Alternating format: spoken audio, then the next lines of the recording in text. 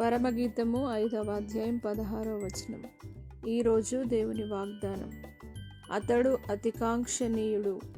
నా ప్రియ సహోదరులారా, దేవుని వాగ్దానం సెలవిస్తూ ఉన్నది.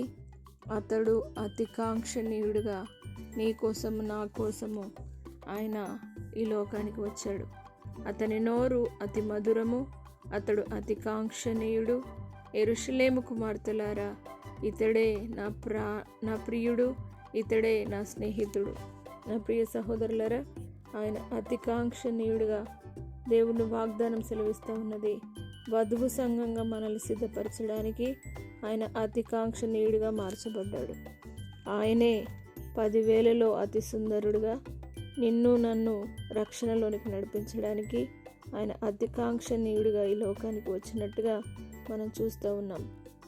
ఈరోజే మనల్ని మనం అప్పగించుకొని దేవుని సన్నిధిలో ఆయనను ప్రేమిస్తూ ఆయన సన్నిధిలో ముందుకు సాగుతూ వధువు సంఘంగా సిద్ధపడి ఆయన రాకడ కొరకు ఎత్తబడే గుంపులో ఉండాలని దేవుడు ప్రతి ఒక్కరిని కోరుతూ ఈ వాగ్దానాన్ని మీ జీవితంలో దేవుడు నెరవేర్చి ఆశీర్వదించి ఆయన అతికాంక్షణీయుడిగా మీ జీవితంలో అతికాంక్షణీయత గల అద్భుతాలు దేవుడు జరిగించునుగాక.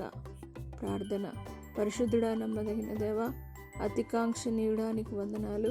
దేవాని స్తోత్రం వేసే మీ నామము గొప్పది నాయన. దేవ, బలమైన నీ నామాన్ని బట్టి ప్రార్థిస్తున్నాం. అతికాంక్షణీయుడా, ప్రతి ఒక్కరి జీవితంలో మేలు చేయండి. ప్రతి ఒక్కరి జీవితంలో అద్భుతములు జరిగించండి.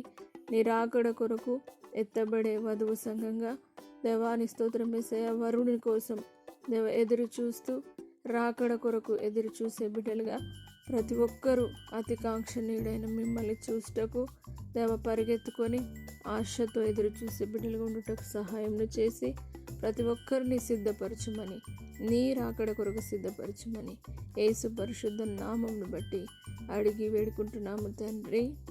ఆమేన్. దేవుడు మిమ్మల్ని దీవించునుగాక.